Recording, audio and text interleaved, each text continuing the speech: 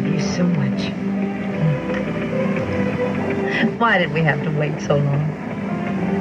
Well, I wrote you after I cracked up my plane. And scared me half out of my wits. You wouldn't believe what that hospital doctor told me when I called. Oh, what do you mean? Well, according to him, you were more dead than alive. Almost every bone broken, completely torn, mangled, smashed. And you don't think it was true? Well, now, how could I? Look at you. You haven't got a mark. You haven't got a scar. You're much more handsome than ever. Do you know that nobody would believe you were even in a plane crash? But it was true, though, Joyce. All right, I should be dead.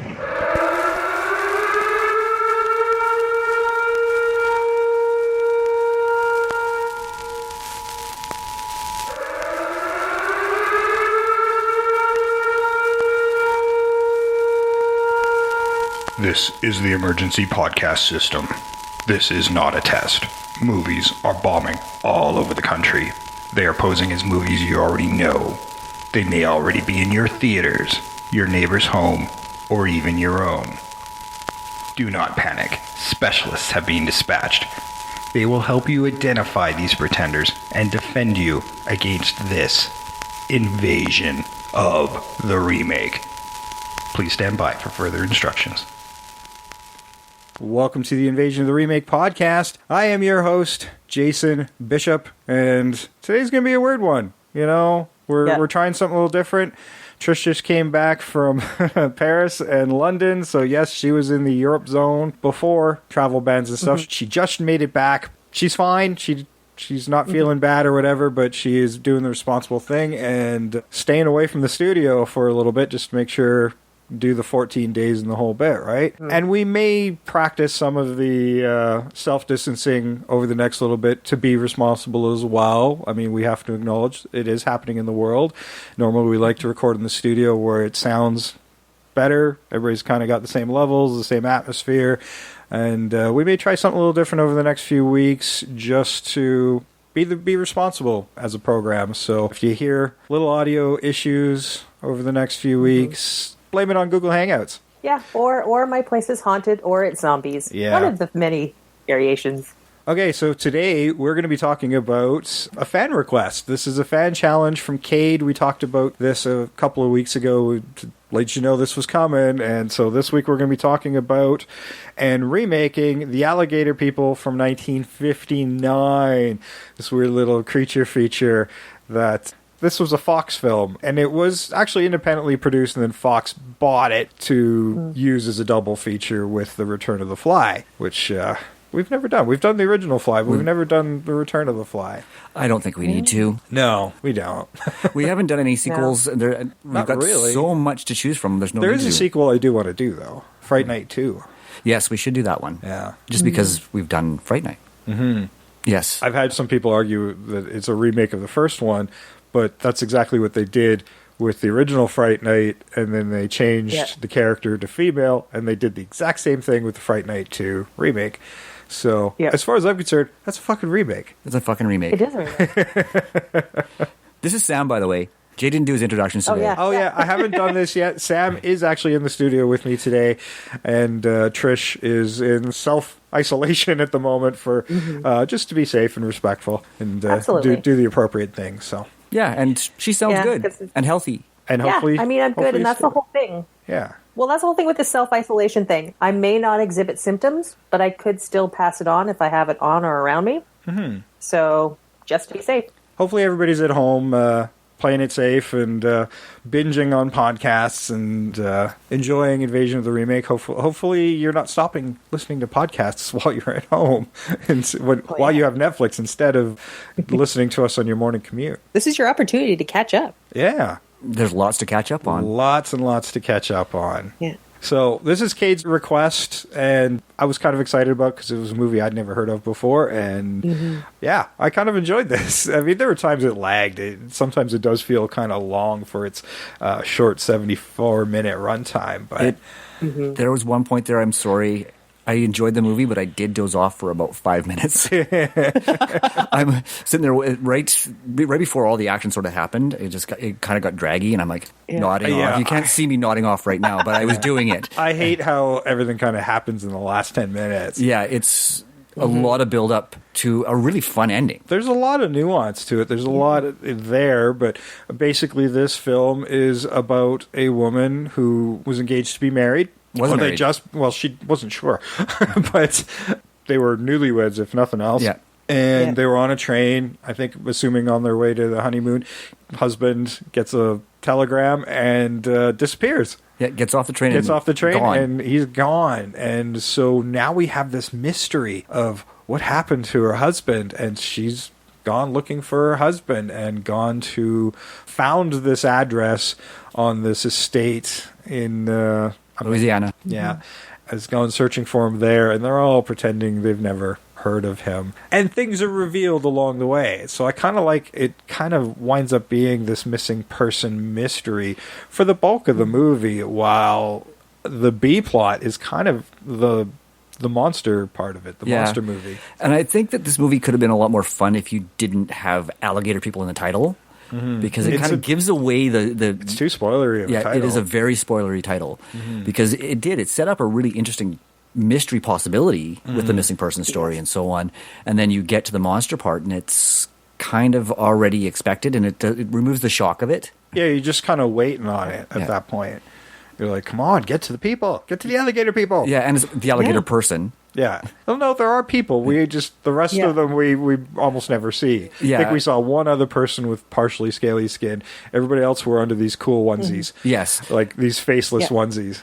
And that's a great way to save money on the facts, I guess. But yeah, I actually quite like those. Yeah. I thought that those were actually freakier than seeing the alligator people. Because they were so bad. Well, it was 59. But I'm sorry, I was comparing it to Black Lagoon.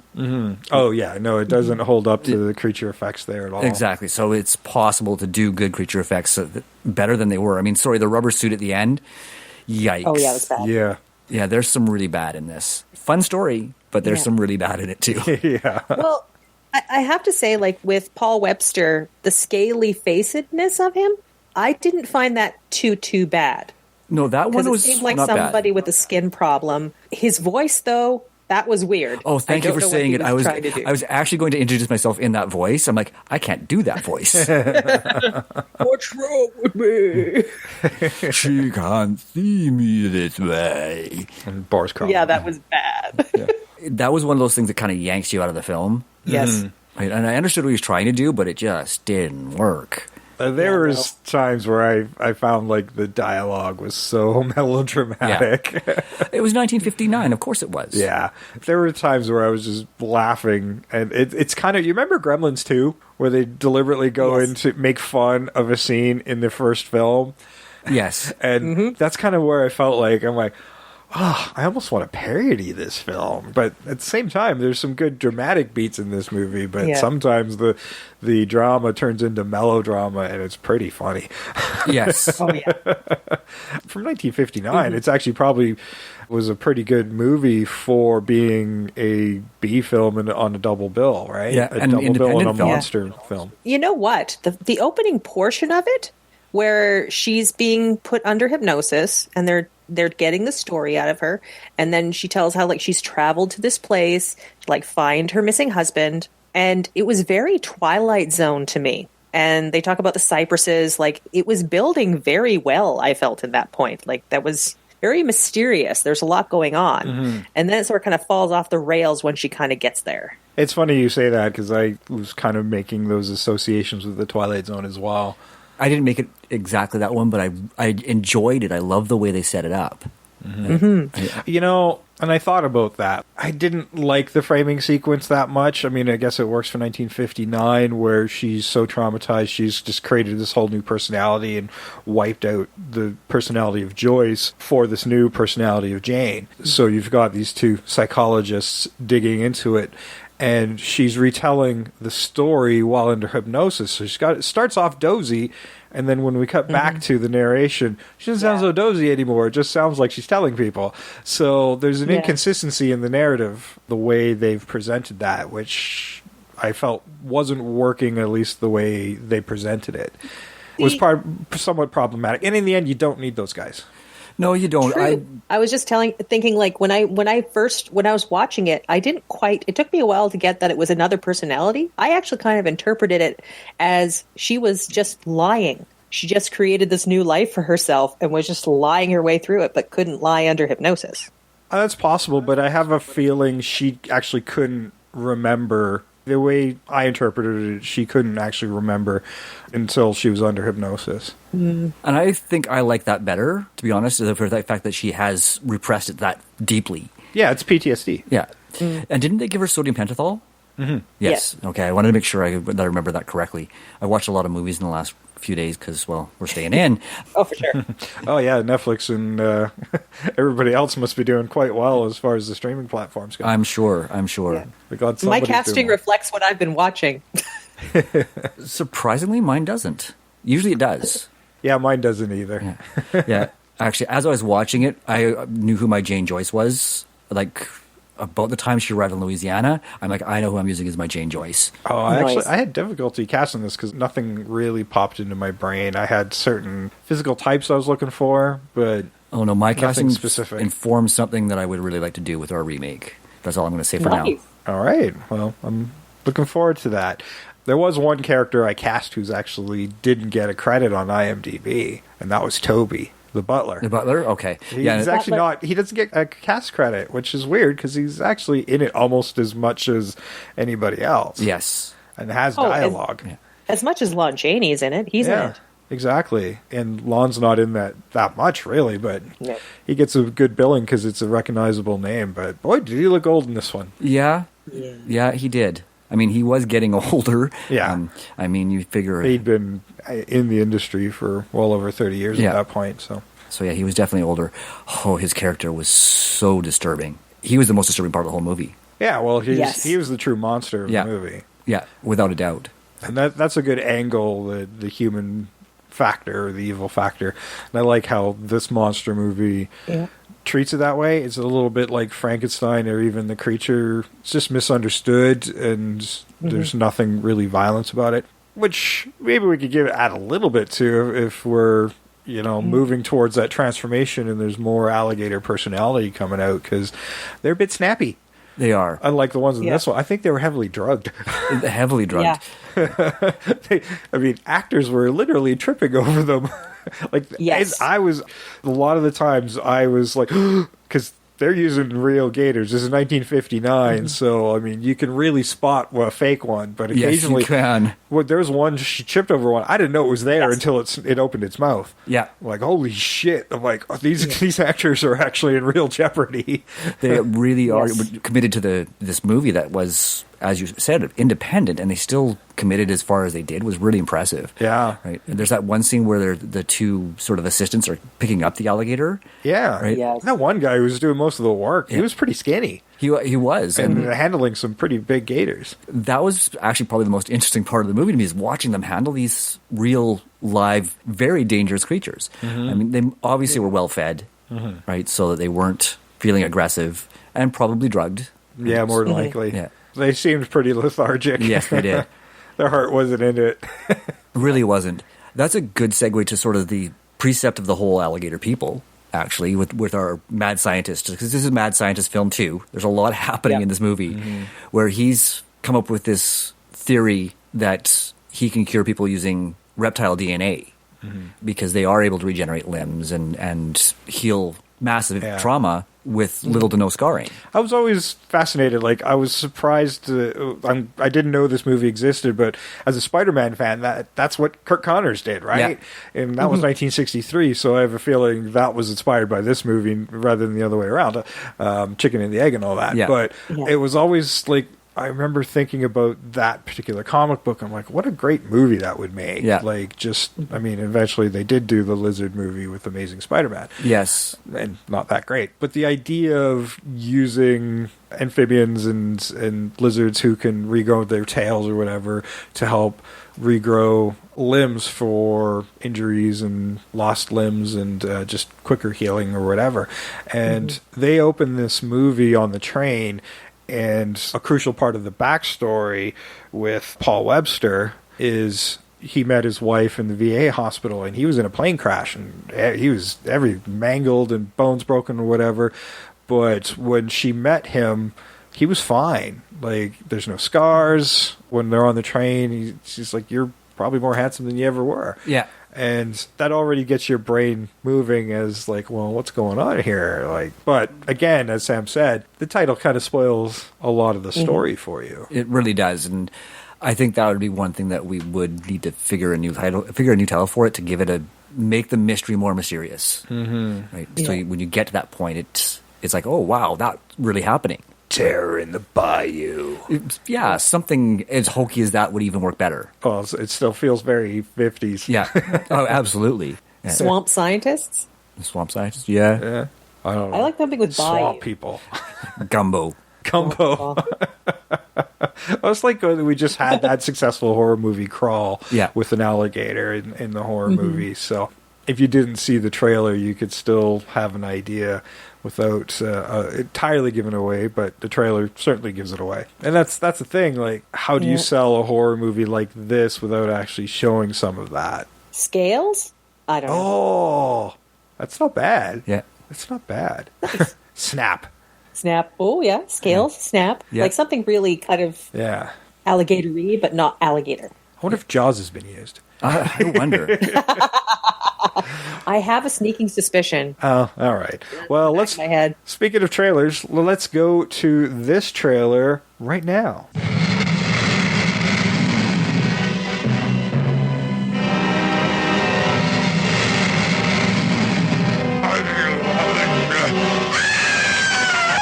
Inside this strange, forbidding plantation, on the edge of the death-laden bayous, there is a horror beyond belief. A scientist turns his cobalt rays on the revolting, scaly monarchs of the swamps to transform men into hideous, living gargoyles, whose faces must be forever hidden from human sight. He didn't have to hit him. Quick and simplest way, Doctor. But these are people. You don't handle them like animals. Beverly Garland as the unwelcome visitor, haunted by the fear that the man she loves has become one of them. What are you doing? I'm not leaving here, Mrs. Hawthorne, until I get the answers to the questions that brought me here. What have you done with my husband? Lon Chaney as the hook-armed, hate-maddened Cajun. I'll kill you, alligator man! Just like I'd kill any four-legged gator! Suspense that will clutch you like quicksand. Pulling you down into bottomless depths of suffocating horror.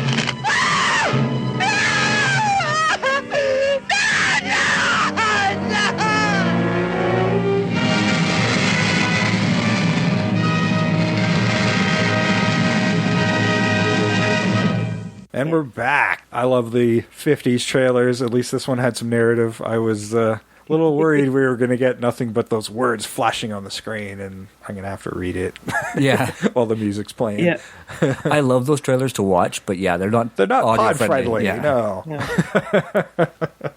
Not unless they have the voiceovers like going, intense, devastating, terror. It still had a lot of that, though, at least at the early part of it. I got a little worried when I first listened to that trailer, and it's just music, those words popping up, and some...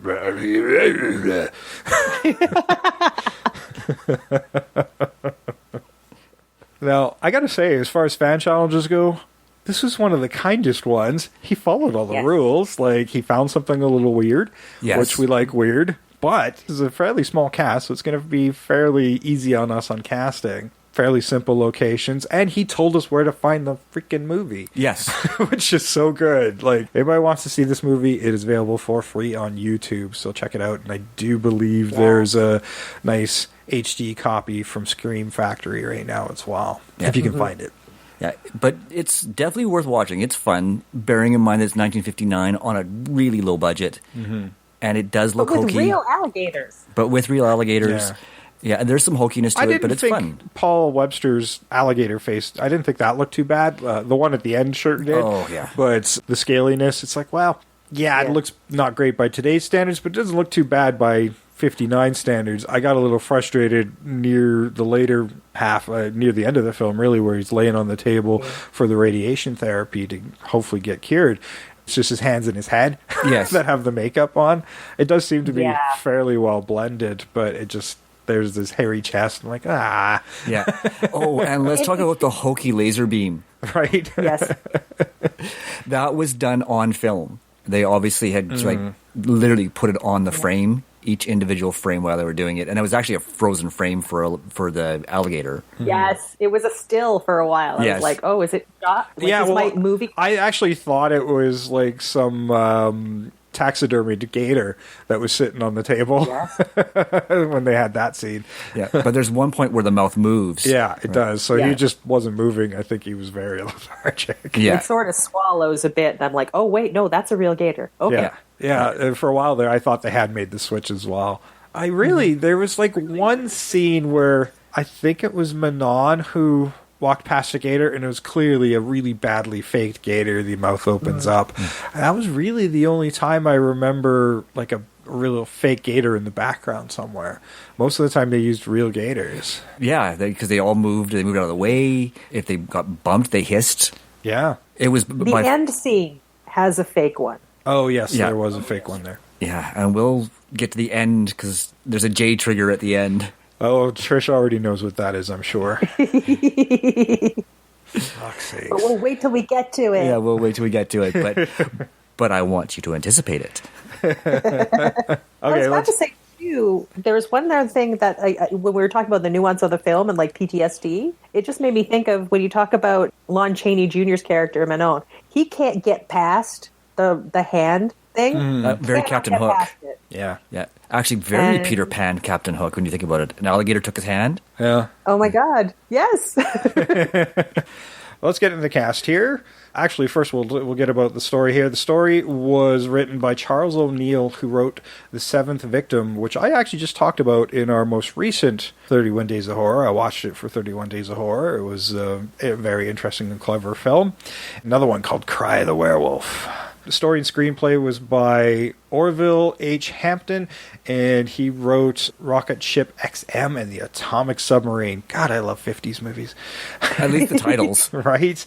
And uncredited was Robert M. Fresco, who wrote Tarantula, and more importantly, episode 31, we talked about him, one of my favorites, The Monolith Monsters. I missed that. I didn't go very deep this time. That's The fine. impetus of this whole thing. I will do this for you.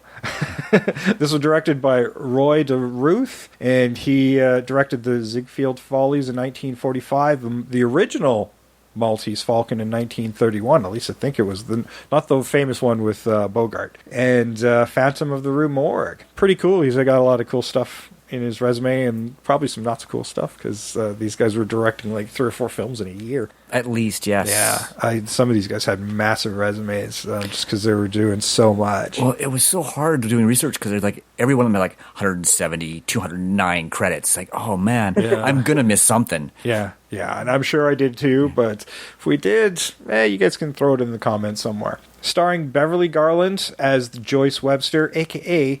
Jane Marvin, and she was in the original Not of This Earth, which we may cover someday because it's been remade a couple of times. DOA, also been remade, the original one. Swamp Woman, and It Conquered the World. And she is still working. Yeah, she's actually one of the few of this cast that's still around, and she's still going. She's huge body of work. Yes, it's amazing. Yeah, and you can see her skill on camera. She's by far the most talented actor within this cast. Oh, unquestionably. And it's good because she's really the central figure of the whole movie. And it's weird because she doesn't have a whole lot of really big things, but they're certainly interesting things. Yes. Clearly, if she's still working, people love her out there. Bruce Bennett they did this in order of appearance, was one of the psychologists at the opening part of the film, the kind of bridge sequence, and he was Dr. Eric Lorimer, and he was in the original Sahara and Angels in the Outfield, which has also been remade. Yeah, there's a lot of movies actors in this that we might be talking about again. Yeah, it's interesting we haven't actually done them yet, but... Yeah, but, I mean, there's so many. I mean, eventually we'll get to them, but... Yeah, there's lots and lots of stuff out there, and we'll get to them eventually. Lon Chaney Jr. was Manon. We've talked about him a whole bunch. I'm not even sure if I caught them all, but episode 47. High Noon Outlander. That's right. Or Outland, sorry. Trish and I talked about him again in episode 60. I missed this one last time. I didn't this time. That's right. It was Abbott and Costello meet Frankenstein. Episode 171. 1 million BC. And episode 209, which is very recent. Oh, that was the Wolfman. That was the Wolfman just this past October. Yes. I'm not sure if there were any other ones. I feel like I still miss stuff, but I do too every time we talk about him. Yeah. And last time I did because I missed the Abbott and Costello episode, but I think that is it. I think we cover it. Okay, yeah. Sam didn't find any more, so that's good. George McCready was Dr. Mark Sinclair. Most people were very familiar with him just saying Mark all the time rather than Dr. Sinclair. It was weird because it was Beverly Garland, her Joyce Webster. She kept introducing herself as Mrs. Paul Webster a lot. To the point where I was just like, oh, come on already. You have your own name. You don't take the first name of the person you married. Maybe this was a 50s, 60s thing. Maybe this is an older traditional thing, but you kept introducing yourself as Mrs. Paul Webster, and it was really starting to tick me off. Somebody make a supercut. Yeah. Because it happened a lot. But it really was. Like, I remember hearing about this, like Mrs. first name, last name. That's what happened a lot. Like, I heard my mother say that. Yeah, with my father's name. And you see it in some of these older movies, quite frequently in these older movies. Mm-hmm. Well, back to George McCready here, who played Dr. Mark Sinclair. He was in The Monster and the Ape and Tora Tora Tora, which might be one of the more famous ones. And The Big Clock. Oh, I missed that. Yep, episode 152. Nice, good one, Sam. That's one I always look for and missed it. It happens. Yeah. Frida Einescourt was Mrs. Lavina Hawthorne, and she was in Return of the Vampire with Bela Lugosi and the She-Creature. Now, she had a cane in this movie. She comes off really mean at the beginning and stern. She's actually the alligator person, Paul Webster's character's mom. She was real life suffering from MS at this point. And it was, I guess, starting to show on screen, but I thought she was getting around pretty good, even with the cane. I kept thinking, well, you don't need that. Yeah, and I think first, in some cases, it's there as a security measure, because that's with MS, it's like all of a sudden you do become weak. Yeah. Right? And then you do need the cane. So I think she did a pretty good job considering what she was going through, for sure.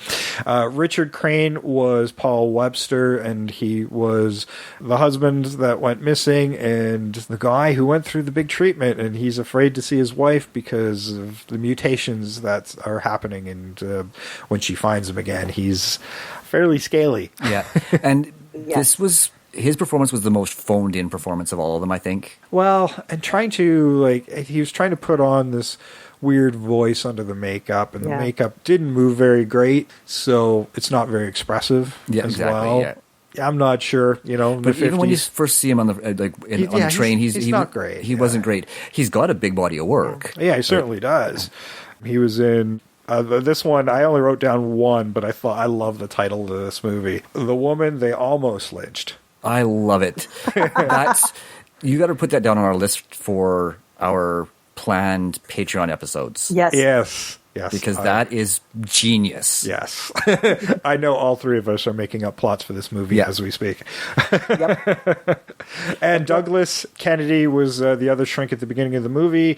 He was in The Amazing Transparent Man from 1960. I wonder what that's a ripoff of. I wonder. I don't know. I have no idea. Yeah, but he was also in episode 194 of Us. Invaders from Mars. Invaders from Mars. I think, Trish, were you around for that one? Don't think I was. Oh, yes, I think you were on hiatus there. I've seen Invaders from Mars, but I don't think I was there for the episode. Yeah, I think you were missing for that one. So that rounds out the cast, but they do... I couldn't find this actor's name, but there's another actor who actually has lines, and as I mentioned before, the butler for... Miss Lavina Hawthorne, Frida Einescourt, was the character's name was Toby, and I did cast him. We'll get to that later, but I did cast him because I thought he was important enough to be in there, and I thought we maybe could have some fun with that character. So, and the maid has lines too. She does actually. That's true. I forgot to write her down as well. Yeah. Yeah, I mean, I didn't cast him, but I have now. I have now as well. It just mental casting, because you're right. He is an important character, and because I just cast the first appeared typically, or the first page of the IMDb. Yeah, he might not be a butler of mine, but we'll see. Now we'll just round out the plot of this one here. Dr. Sinclair is looking for a cure for Mark and the others that he helped, these veterans that he helped. He is looking for a cure and has been experimenting. And Manon picks up this box at the train station and at the same time also picks up Joyce. Because she's like, hey, I'm going where this box is going. You're going to take me there. But the doctor's going to use this, what it was called, Cobalt 19, I do believe. Cobalt 60. Yeah. I got COVID-19 in my head. Yes. COVID-19. So it's Cobalt 60. Which was also the name of an ongoing comic in Heavy Metal Magazine. Oh, I did not know that. Nice. So he's going to use heavy radiation to experiment. He's months and months away as far as, if not years. But he's had some success with X-rays, so he's going to use something a little more drastic with this Cobalt 60, which I just assume is a fictional thing.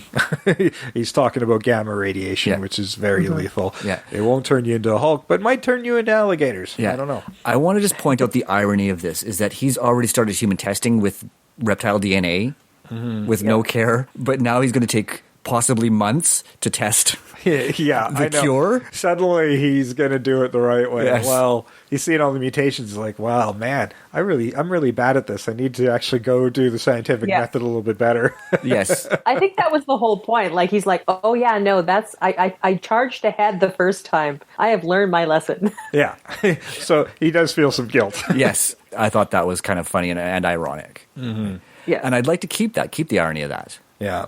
And I want to talk a little bit about Manon here. He's kind of that handyman on the ranch, the go-to, the guy who comes and goes and fetches things in town for Mrs. Hawthorne. And yeah, he's a little screw, a little loose, he's a little crazy. He's missing a hand. He really hates gators. Because he lost a hand to a gator. Yeah, he'll go out in the middle of the night and take pot shots at him. And he's a drunkard. He's a drunkard, which makes him really rapey. Yep. Well, his personality makes him really rapey.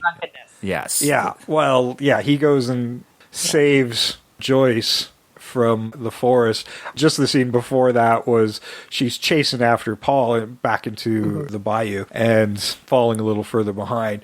She pretty much trips over a gator, doesn't faze her, but the snake really bothers her. Yes. Yeah. And that's what Manon saves her from. And well, the snake could be poisonous. That's the harder one. Yeah. So gets her back to his cabin. House, but his cabin. And you think he's being nice and protective, and then he's like, oh, you owe me. You owe me something. Yeah. It was he's not really being nice uncomfortable. And protective. Because right at the beginning, he's like, I saved your life. I saved your life. Here, have something to drink. No, he was rapey at the beginning. He out and out says, take your clothes off. Yeah. Yes. I was really shocked by that, given that it was especially 59. Yeah, I was really shocked by that. See, I wasn't. Yeah, well, this was 59. Yeah, no, I was not at all surprised by this. 1959, you're like, was I surprised? No. Well, I was surprised they showed it on screen, because that's really forward for 1959 in terms of sexualization. Yeah.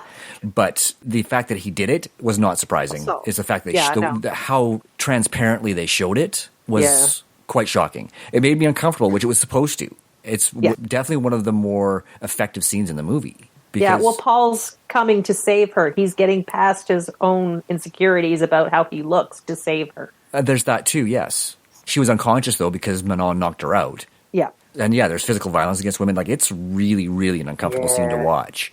Certainly by today's standards, and I think it would have been in 1959, too. It might have been, because, that was the sort of thing you just sort of hid. Yes. Right? And certainly you don't show that on screen. Right? That's the big thing, is that even in an independent film, that's the kind of thing where they kind of hint at it without showing it as graphically as they did. I mean, it's not graphic in the sense of nudity or anything like that, but it's definitely, there's no misconstruing what's happening there. Mm-hmm. But I think overall, like that scene, like Manon rescues her and then Paul comes back to rescue her from him. So I like how they tell that story, like that threat to her twice, so it makes you think Manon's okay until the cabin scene. And they're like, oh no, he really is not a good person. Exactly. And then Paul comes in, and that kind of cements your sympathetic monster as well. That he's still her husband, really. At the end of the day, he's embarrassed, and he doesn't want her to see him that way, but he's going to be protective of her as well. And he still can play a mean piano. Yes. True, but he was also the reason she was out there in the first place, because he ran away, didn't want her to see him like that.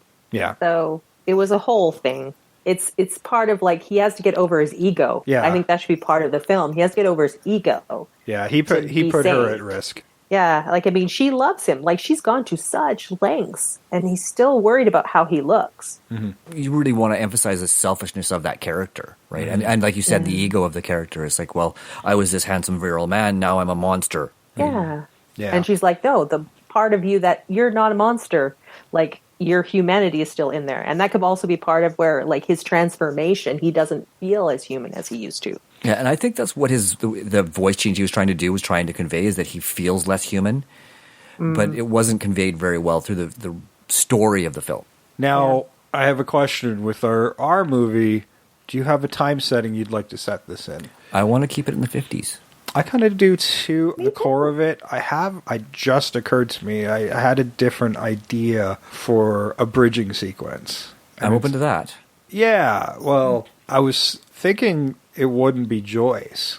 It might be their daughter instead. So, like, the bridging sequence is, say, 20, 25 years later, and it's the daughter who's recounting this story, or it's a flashback. We could just handle it as a flashback. So we might not even be sure who this person is they're talking to immediately, and it could maybe not shrinks, but an actual physical exam. And maybe by the end of the movie, we could see those hints of the scales, and then she might have inherited something. Ooh, I like that. From Paul. Yeah. Ooh, can I take it a bit further? Sure. That's what we're here for. Awesome.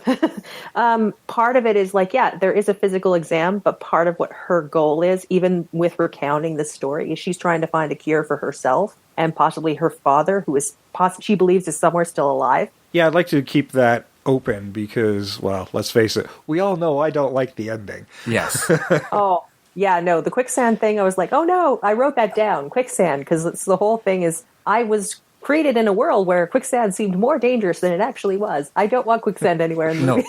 No, I wrote, like, this is the end of the movie, and I go, quicksand takes Paul. Fuck. Yeah, I know. And then he texted me. I'm like, when I saw the quicksand, I'm like, oh no. Oh, quicksand, my old nemesis. Many conversations over this show about quicksand. Yes. How I hate you so. But boy, I grew up really fearing this thing called quicksand that seemed to be everywhere. You were just one step away from quicksand at any given point as a child. And that's why Jay doesn't like the outdoors. Yeah, this whole self-isolation thing, not new. No. Hiking? What's that? Oh, no, I love hiking. I know. It wasn't the flu, it was quicksand. If there was sand while I'm hiking, staying off the sand. Except on a beach, because for some reason it didn't seem to be there. No, I didn't fear the beach because of quicksand. I feared the beach because of Jaws. Yeah. And Blood Beach. The whole beach was a threat. Yes. Blood Beach. For me, it was rivers and piranhas. That was another one of mine. Oh, yeah, piranhas as well.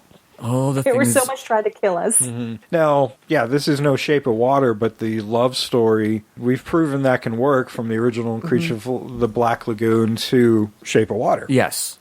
Yeah, and that's the tricky part, is remaking this so it doesn't feel like we're remaking Shape of Water. Exactly. Yeah. I mean, it's still underlying story, but I liked how much of a mystery this wound up being, because it was so unusual for a monster movie. It was really unusual, and I would like to see that sort of continue. I'd like to add a little more mystery to it. Yeah. Now, when I was thinking about the character Toby, I was a little less comfortable than with a black manservant, let's be honest. Yeah. But it is still Louisiana. In the 50s. In the 50s, so that would kind of happen. But I kind of wanted to make Toby, because this is a pretty isolated and claustrophobic cast. Like, it's really minimal locations and minimal cast. I kind of wanted to have kind of a voodoo angle, so you're unsure if it was science that did this or a curse that did this. Like, maybe he did work for the family and has cursed the family, and now the family believes it was this voodoo priest is responsible for what happened to Paul. Oh, you could have so much fun with the mother. She's carrying that cane because she has an alligator leg. That's kind of fun. Ooh. Well, yeah, because like she would have undergone the treatments. But I have the other thing too, where it's probably not the one thing that might be actually saving Paul from going full alligator is the voodoo. Never go full alligator. Yeah, never go full alligator. Yeah, no, I like it's the double bluff, right? You think he's responsible? Yeah, it's a double bluff. And but Toby's he's trying to. Paul. Yeah, Toby's responsible for slowing it down. Yeah, yeah, I like that. Yeah. I think that could because that's all. Oh, and you could add the other science bit to it, where like some of the stuff that some of these substances used in voodoo were actually really good at slowing sort of deterioration of cells, that type of thing. Mm-hmm. Yeah, we could do something like that, and I still want to keep the scientist. He's still good, but he and it's still the same story. He's trying to help people recuperate, and yeah, maybe Mrs. Hawthorne had lost that leg. I love that idea. Maybe she's hiding a tail under there. Nice. I kind of dig that, and maybe that's why she's so covered up. I mean, it wouldn't be out of the realm for the 50s anyway to be so covered up, but it is Louisiana. You figure it's pretty warm down there.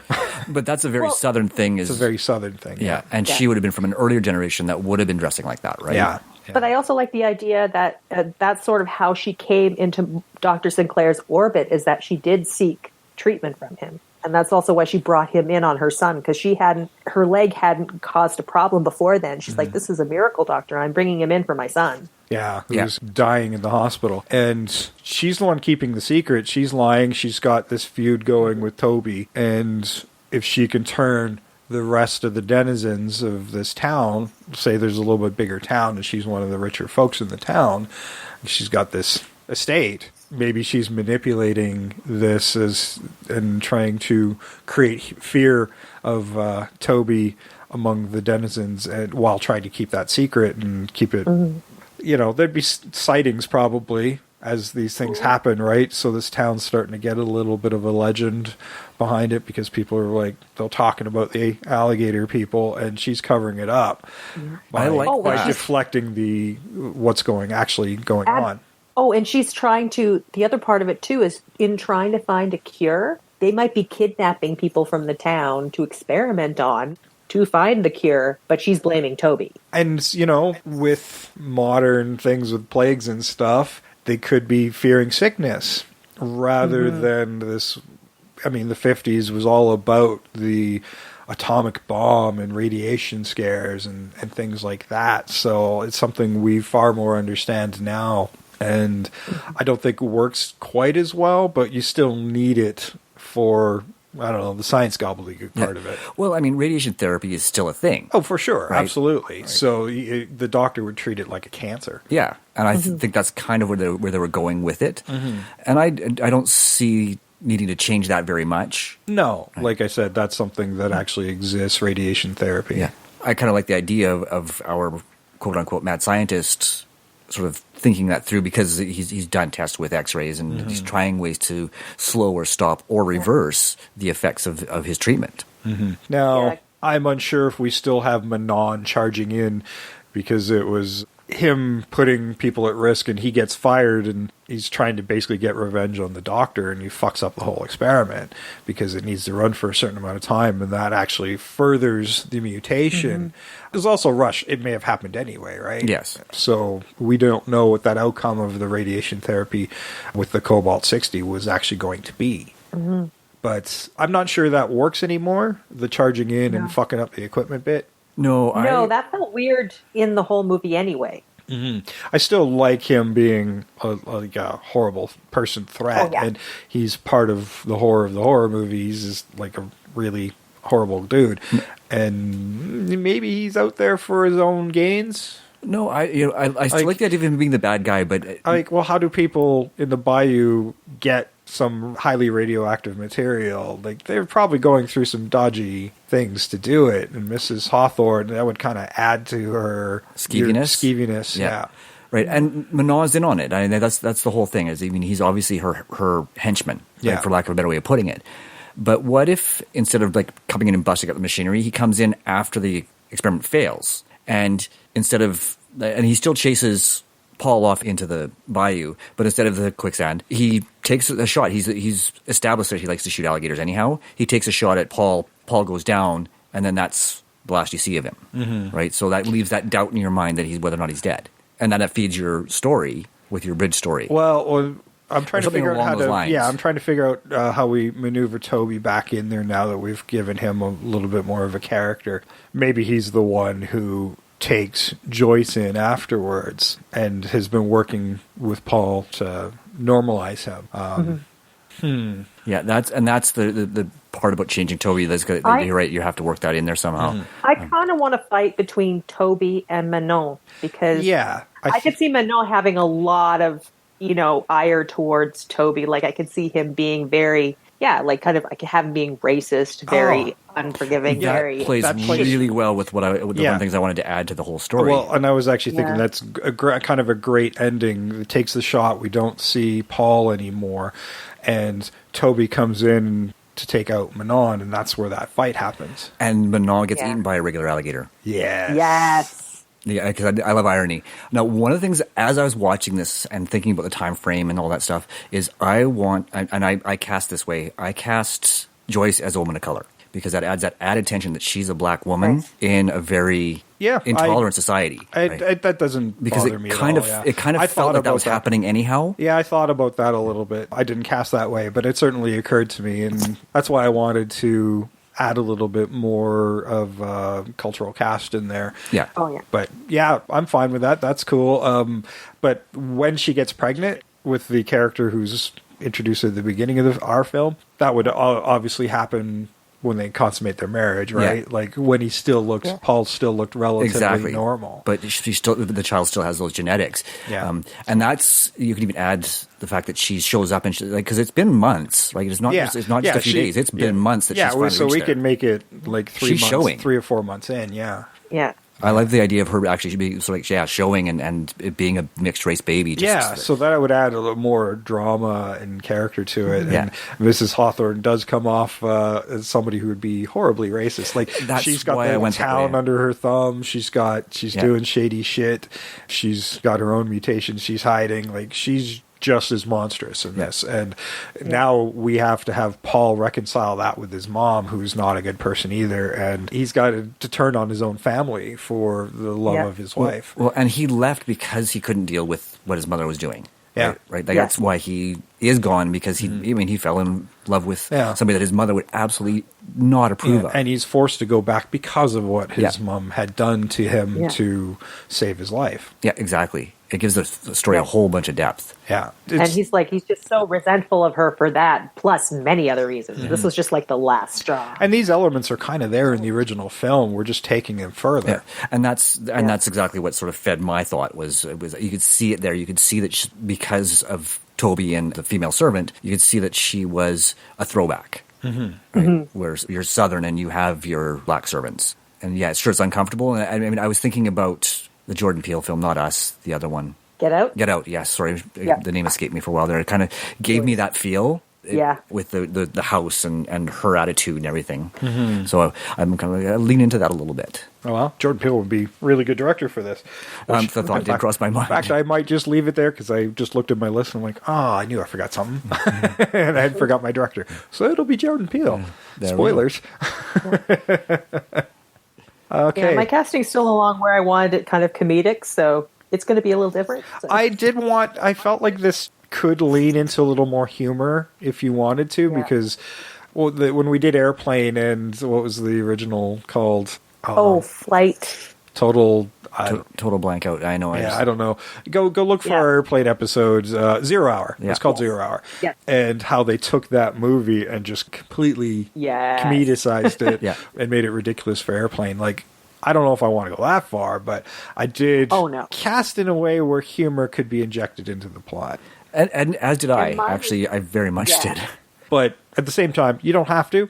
And these actors are certainly capable without having to throw it in. But I think it should be a little tongue-in-cheeky. Sam Raimi would also be good for this, I think. Yes. In fact, I think that was what I actually originally had in mind was Sam Raimi. I went but I couldn't figure out where to put Ted. Yeah, no. You can have him as just a villager. Yeah, he's the alligator wrestler. Yeah. There you go. Yeah, he does his cameos because there are lots of background characters. He's one of the guys in white T-shirts who's working at the lab. Oh, speaking of guys in white T-shirts, what about the guy with the sleeve cut off? Oh, yeah. I have so many questions about those guys. Even in the 50s, you got to go to the gun show. Yeah, it's like, yeah, you really look like a guy who's a professional orderly. Yeah, you got it going on, buddy. Like, you didn't have any other white shirts, huh? Yeah. they were clearly had to dress with their own wardrobe. Yeah, it's like, okay, this is going to fit him unless we cut off the sleeves. Yeah. Which professional wrestlers would you put in these roles? John Cena should be one of them. Triple H, yeah. Dave Bautista. There's lots of them. You don't want to use ones that are actually getting good roles. Yeah, that's true. Yeah, Dave Bautista showed up on my list at one point, but then I went another way. But it would be funny to use like fairly recognizable wrestlers that aren't actual actors in those parts, so they don't have to have lines. Who were the guys who played, they were in Hobbs and Shaw? They were Hobbs's brothers? Hobbs's brothers? One of them was his cousin, actually. Yeah. His character name is Roman Reigns in WWE. He's an actual cousin. He's the only one who's actually related to The Rock. The rest of them were cast. There were two wrestlers that were like brothers, weren't they? And they're in the background. They don't even think they have lines. I think Roman Reigns was the only wrestler I knew. Oh, okay. But I'll look it up. Yeah, there could have been others. He does have other cousins that are in the WWE, so I don't remember. I don't watch enough wrestling. Yeah. Okay, but anyway, I got us off on track. Let's get back on track. WWE scared me away by being constantly shitty. Yes. Yeah, so this is why we're giving them work in this movie. Yeah.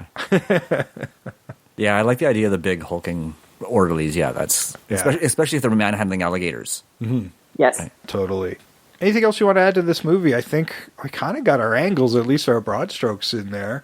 Yeah, and I like the idea, like you said, of sightings of alligator people. Mm-hmm. They're living in this house and they go out at night to sort of just because they're cooped up, right? Mm-hmm. So I'd love to have sort of these like brief glimpses of them. Yeah, no, it'd be interesting to see if like the mainland part of where they live, where the train station is and whatnot, has these little touristy things like a Bigfoot sighting, or when you go to Roswell, right? Like lizard people. Part of it adds to the lore, but at the same time demystifies it and makes you not take it too seriously. Yeah, exactly. So and you could even have Joyce seeing one of these brochures or signs or something like that. Yeah, so that's how she handled it, was adding flames to the fire of like, hey, you should sell stuffies to children, stuffed alligators to children or whatever. There was one other thing I kind of wanted. In sort of the middle, he comes in and plays the piano in the middle of the night. Mm-hmm. Yes. And then she sees like all those wet footprints. Like that one kind of scene, I'm like, oh, if I could have like elongated that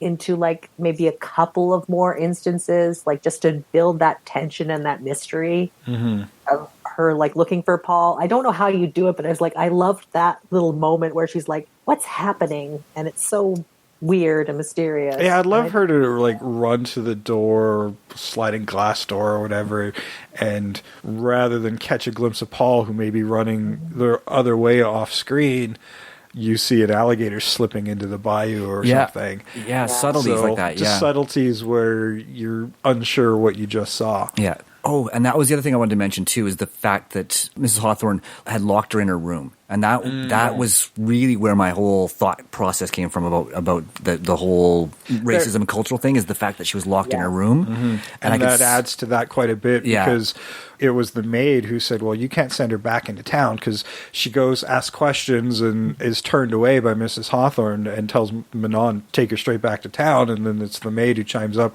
or maybe it was the butler, I can't remember who chimed up. It was like, well, you can't send her back. Like, the train doesn't come back until tomorrow afternoon. Yeah. And so she does the right thing and puts her up. Yeah, and and then locks her in. Yeah, right? and locks her in, but it makes even more sense if the underlying racism is there. Exactly. I don't want this person walking around my house unattended. Yeah. Right? I love Joyce's response to most of this, where she's like, well, I don't have much of a choice now, do I? She doesn't say yes. She's like, well, I'm not being given a choice, which adds to that. You could keep those lines in there and it would really work.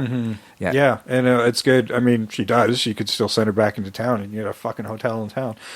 But she doesn't do that. Nope. And I think it's because her granddaughter, I think we've decided, is there. Is like, okay, well, there's something still there. You know, that's my grandchild inside her. Yeah, and that could sort of start a redemption arc for Hawthorne as well, is the fact that she's like overcoming her own innate racism and prejudices to accept. Which we kind of do see in the film. We do, and that's why I'm like, well, wait a minute, that could work really well, because she's like, well, I have a grandchild. Yeah, she does eventually give it up and becomes more maternal after that, after she just spills everything and is tired of keeping the secret. Yeah, and because her reasons aren't malicious, they're altruistic, but they're misguided. And that's the whole beauty of this film, is the only person in this movie who's truly bad is Manon.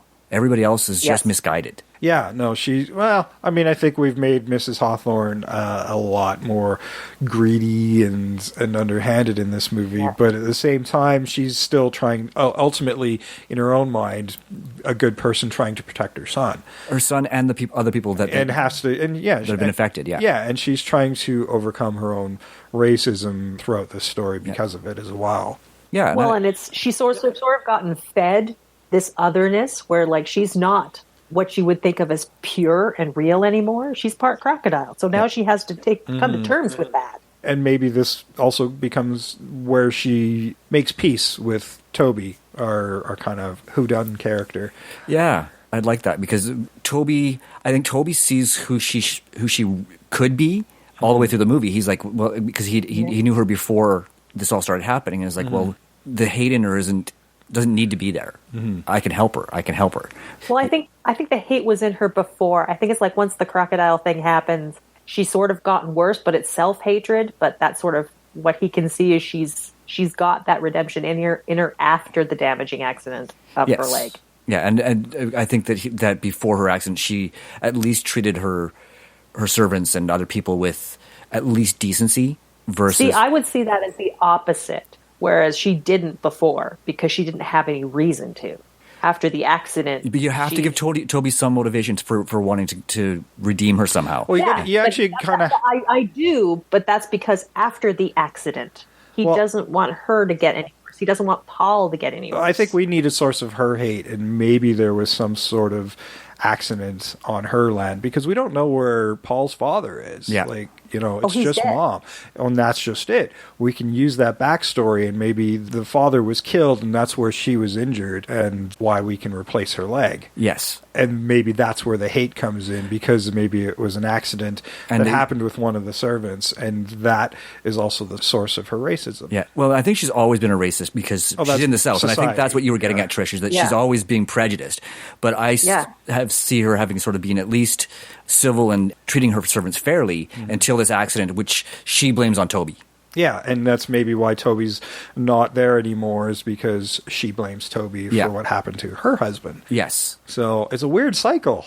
Yes. Which I kind of dig. Now it's gone from mom to son, and the son's trying to not be his mom. Well, he isn't his mom. I mean, he isn't. He genuinely loves Joyce. Yeah. And I think he also was really, he thought of Toby as someone, as part of the family. Yeah. I believe Sure, that's he would have been raised by Toby. Yeah. And he knows that the accident was his own father's fault. His father was ultimately responsible for what happened to himself and his mother. Yeah. I kind of have a whole backstory where his father was kind of a drunk, and he did, Paul didn't really like him that much. Oh my gosh, so he wasn't that lots of drama. Manon and his dad were drinking buddies. Yes, and that's the whole thing. And the mother just kept Manon on just because she was used to him. Yeah. Because she thought that's what her husband would have wanted. Well, and because Manon does the dirty work that she doesn't want to do. Yeah. Right? Because that distance makes her feel not as bad as about what she's doing. It gives her that distance. Yeah. Right? That's why bad guys have henchmen, to do the dirty work so you don't have to feel bad about it. Yeah, cool. They don't have to antibacterial their hands. Yeah. Okay, I think we're ready for casting here, but before that, there's a scene I wanted to share because I thought it was kind of hilarious. It was full of melodrama, and this is coming out of the lab, and it's Joyce talking to Dr. Sinclair about about the radiation treatment and his huge overacting in the scene. Yes. Is there any hope for the people? There may be a possible chance, but a slight one.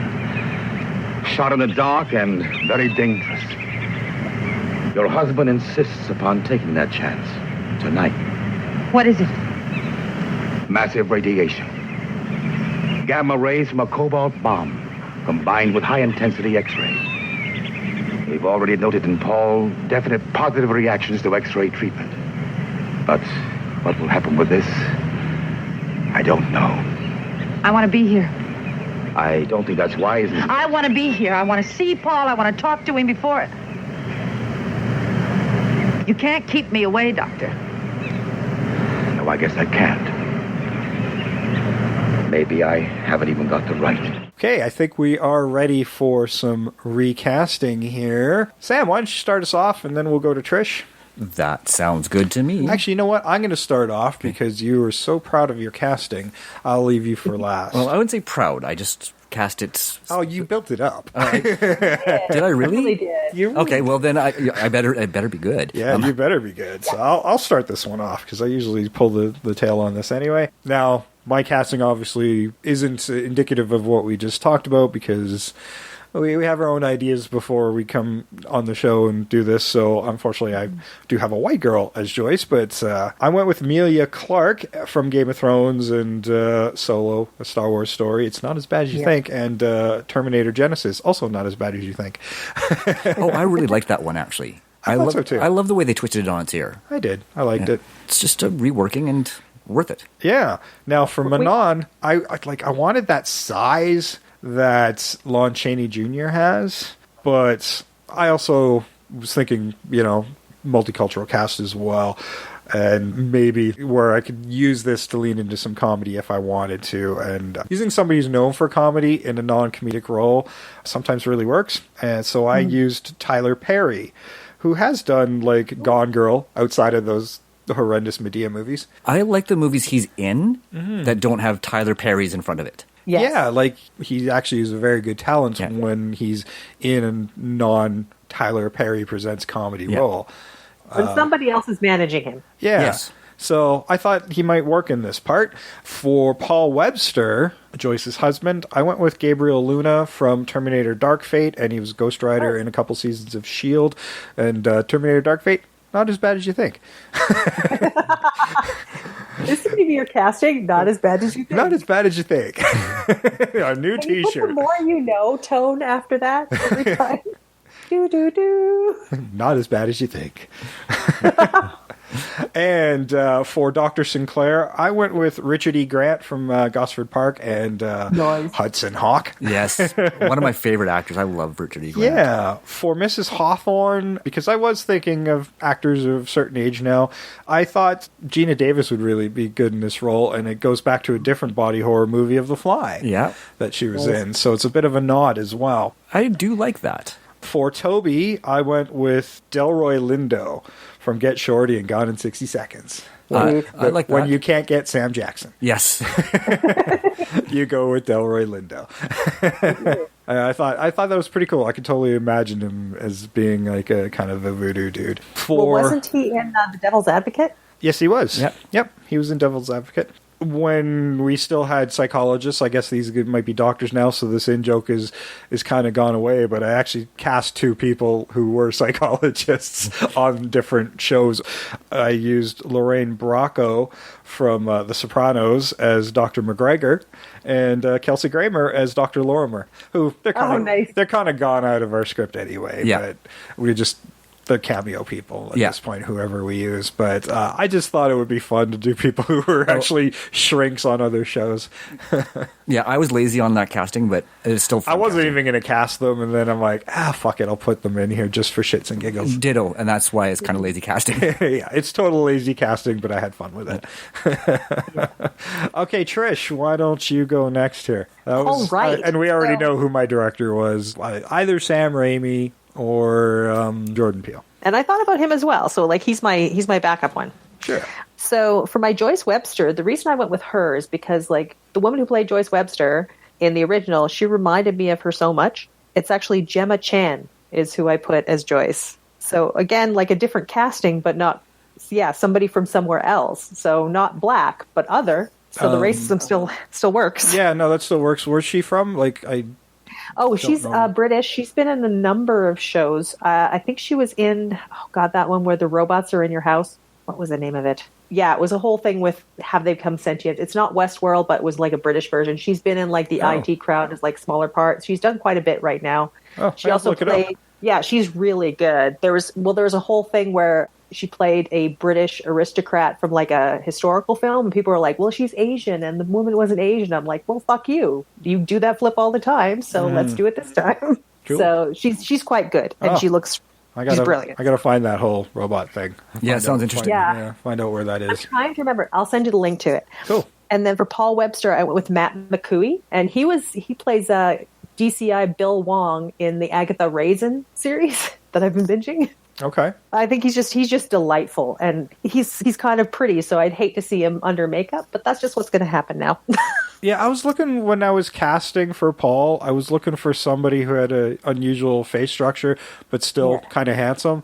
And that's kind of why I landed on Gabriel Luna, because he's got a long face already, and that would probably work really well with the makeup. Yeah, and I think Matt McCooey will as well. Like he's also just I'd love to see like he's charming, but have him have that whole thing where like he's used to his face, but there's still more going on. For my Dr. Sinclair, I went a weird way. I was for some reason thinking a whole thing where they were doing the alligator DNA because they're like dragons were real. They were just humans and alligators together. So I went the Welsh actress, Ruth Jones from Gavin and Stacey. I thought she would be funny.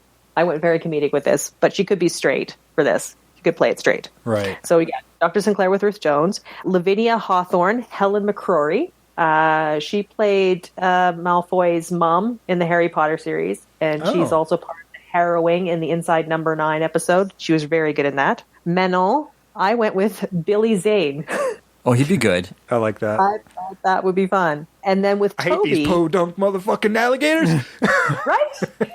Like after the Tales from the Crypt movie, I'm like, I would love to see him do that because he could be like really menacing but also stupidly charming. Go listen. Go watch that Tales from the Crypt movie. Demon Knight. Go watch Demon Knight if you didn't get my joke. Yes. If only for that scene, because the rest of it's kind of meh. Fuck off! That movie's awesome. It's a great movie. And then for Toby, I went because I thought a creepy butler would be awesome. Noel Fielding. That definitely adds to the funny. Yeah, it adds to the funny.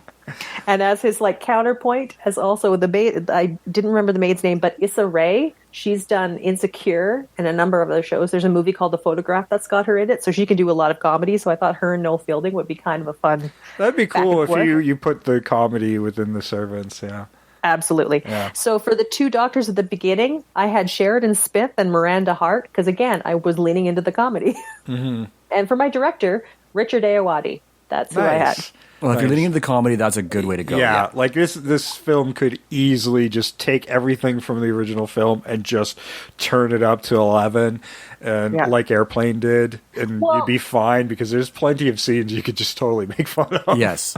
And with the Noel Fielding whole thing, we've got the Mighty Boosh and Benny and the Bull, the visual style of that added to this movie would be very interesting, I think. Yeah, no, I agree. That's pretty cool. Thanks. Yeah, that was a fun direction. Yeah.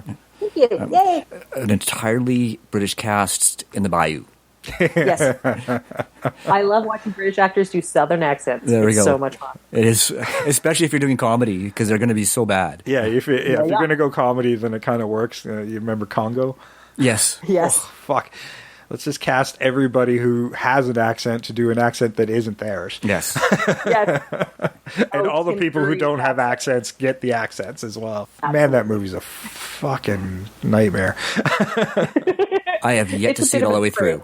God damn it. Okay. Anyway, Sam. We've uncovered a new trauma outside of quicksand. Yes. We have. We really have. Okay, so my Joyce. I'll start with my Joyce, as we all did. I cast Lupita Nyong'o. Awesome. Because she's amazing, and I've never cast her, so I felt comfortable doing it. For my Paul, I cast Zachary Levi. Nice. Because he's got that long face like Jay was talking about, that I wasn't thinking about, but he's also, because he's gotten kind of big for his Shazam roles, the idea of him being sort of turning into that alligator and gaining that muscle mass, I kind of like the visual of that. It's hard to tell how much he did put on because that was a very padded suit. It was a very padded suit, yeah.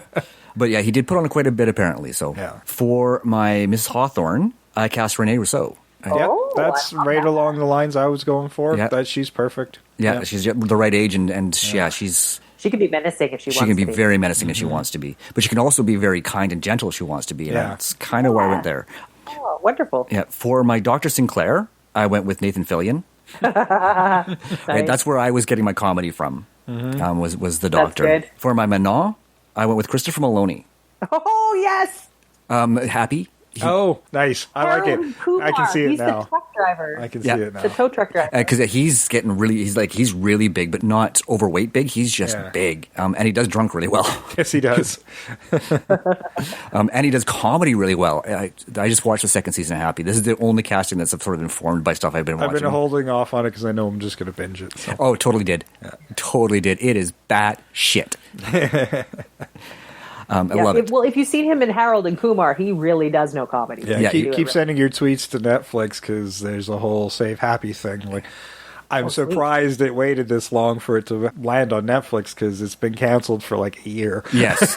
But so it's been gone for a while already, and now the Save Happy campaign's going. Yeah, because it's finally on Netflix. Yeah. Right? So apparently nobody has stars.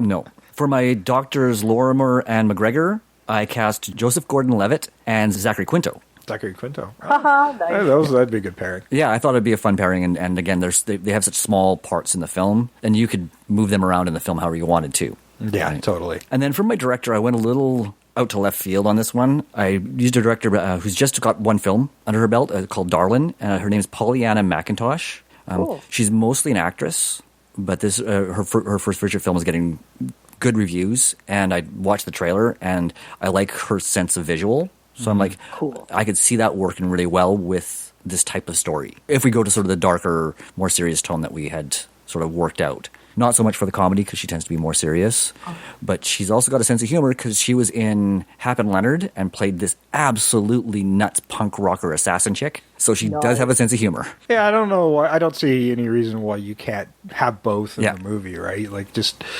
a good sense of balance because it is a ridiculous story. So, like black comedy would totally work with Yeah, and that's kind of I think where we've ended up is more in the black comedy rather than the over the top comedy, but. Yeah, you have to have fun. I mean, any good horror film has those moments of lightness to make the moments of tension and terror that much more uncomfortable. Yeah, no, this has got an inherent silliness to it already. We're not going super comedy, but it's going to have like the dark comedic beats to it. It'll just be funny at times. You know, people are tripping over gators. If nothing else, that we've got it with Manon, and maybe that's why Manon's doing what he's doing is because he wants his hand regrown. Yes. We didn't even think about that. No, we didn't even discuss that. That's an option there. And he knows what's going on. He's wondering, why am I not getting to take advantage of this? Yeah. Right? Or maybe you play into his fears. Like, well, I don't want to turn into an alligator. I hate alligators. Right? Why would I let you? Oh, I like that, actually. Is he's That's actually good. He's got alligator racism. Yeah, absolutely. Yeah. Yes. Yeah, he hates what's happening. Yeah. And that could also lead to like he really resents working for Lavinia because he's like, oh, that alligator, horrible alligator lady. Yeah. But he still works for her because of his connection to the father that we've established. Oh, I like that. We've given him a lot of motivation that way. Yeah. She yells at him, hey, you don't have to bite my other hand off, lady. Oh, I love that. That would be Nice. Nice. Yeah, that could be a great hint at what's going on. You could have like, and you could too, you and your big mouth. Like an alligator. Yeah, no, I like where we ended up with this. I think that, we all kind of had the same ideas as far as what was working and what wasn't working. Mm-hmm. How we approached it was all a little bit different. But we all picked up on slightly different things in there, too, to give us something really interesting. We've kept the romance that was there. We've kept the melodrama, really. We've just added to it. Yes. And we couldn't help ourselves. The mystery is kind of what makes this movie work, because it's not...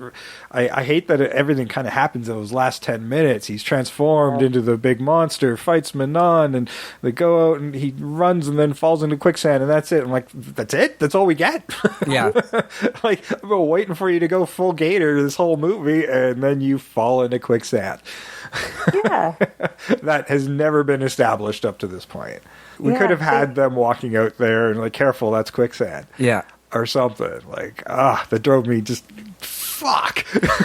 That's the whole 50s. The monster has to die regardless of motivations, right? Yes. Yeah. And I think what we've done is set it up. Such a cheat. Yeah. And we've set it up so that we could even have Paul come back. And we've also set it up like if we ever get a sequel, or the child is also set up for a possibility of a follow-up story, which could be really interesting. And maybe puberty starts bringing this stuff out, and that's how we discover she's the daughter of these two. So we'd have to make her a little younger, maybe initially. Yeah, but you can sort of have her sitting there talking to the doctor, and you can show her face and stuff like that, and then at the end you see her hand, and it's an alligator claw. Yeah, just do something. Go 50s cheese, right? Yeah, exactly. Lean into it. Yeah, lean into it. But also lean into like kind of make maybe a Bruce Willis Unbreakable vibe. Like she survived a lot of stuff that she probably shouldn't have. Yeah, if nothing else, maybe the eyes are a little weird. Yes. Maybe they roll in a certain way that isn't natural.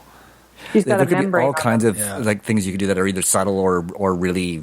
Here it is, guys. Yeah, webbing between her fingers. Yeah, no, it could be fun. And this was fun. Thank you, Cade, for suggesting this as a fan challenge. And we always like fan challenges. And if you want to make your own, you can do that on our social media at Invasion Remake on Twitter, Invasion of the Remake on Facebook and Instagram, and Invasion of the Remake at gmail.com if you want to send us an email like Cade did. Or you can do the Contact Us page on our website, invasionoftheremake.wixsite.com/podcast. That's right, and you can also find everything over on Libsyn as well as your favorite podcast providers, including Apple Podcasts, Stitcher, and Google Play, which actually is switched over to Google Play Podcasts, I think, recently. So, but we're there as well, and all your favorite podcast platforms. So please share us out when you see us post on social media. If you aren't following us already, please do. And don't just like the post, but share it out on your wall as well to help get more earballs on the show. And of course, we drop every Tuesday on your favorite podcast platforms and every Thursday over on frickin' YouTube. That doesn't work when everybody's not in the room. Yeah, the visual cue is missing for Trish there, and I wasn't paying attention. So. But we're even on frickin' YouTube, and that drops every Thursday over on YouTube as well. Make sure you subscribe and ring that bell for notifications when new episodes pop up. And you definitely want to make sure you do that, because not every episode's going to stay there and stay up, and the full library isn't there as well. So we do urge you, if you like the show, to find us on your favorite podcast platforms. Because then you can take us with you. That's right, everywhere you go. Yeah, you might need to binge us over the next little bit. We've got a huge library for you to binge over self-isolation. So, and the whole thing is you can watch the movies we're talking about while you binge us. Exactly. Think of it as like a commentary, post-commentary thing. You watch the movie and then listen to us as a commentary track after the movie. Yes, or as you watch it. Although this episode's probably longer than the movie. I think it is. Yeah, I think we have passed it now. Okay, we got one. I know I said next week we got our big surprise, but I forgot this is a 5-week month, so we got one more episode before our special April stuff. You might already be seeing the teases over on our social media, but we got some really fun stuff planned for April, and you're not going to want to miss that. But we got one more comparison for you next week before we get into our April stuff. Until then, I've been Jason. I'm always Sam. And I continue to be Trish. And we are out of here.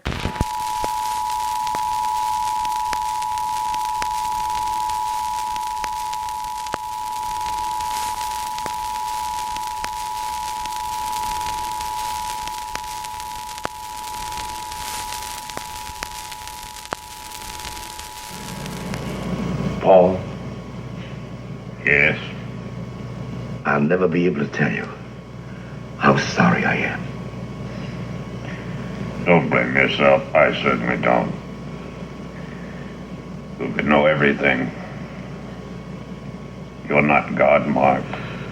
I feel as if I've been playing at it and been punished. Get it? You all right? Fine. Keep your eyes closed. Just relax.